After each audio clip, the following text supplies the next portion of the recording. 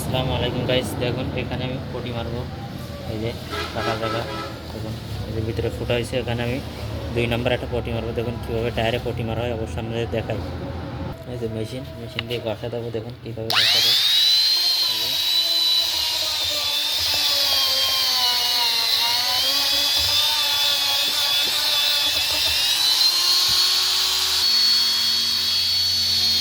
দেখুন ঘষা কমপ্লিট।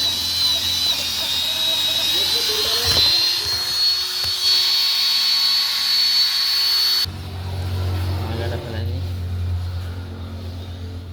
জায়গাটা পরিষ্কার করে নিলাম। এবার আটা দেবো, এই যে আটা।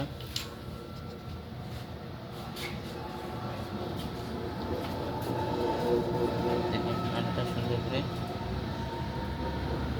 হাত দিয়ে নাড়াই ছাড়াই সব জায়গায় দিয়ে দেওয়া লাগবে এবং আটাটা শুকানোর পরেই পটি মারা লাগবে। ওখানে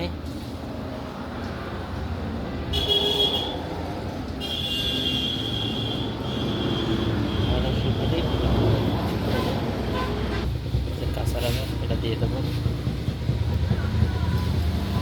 কাঁচা রাবার দিয়ে দিলাম। এবার পটি মারবো, 2 নম্বর পটি এটা মারবো। এই যে স্টিকার তুললাম।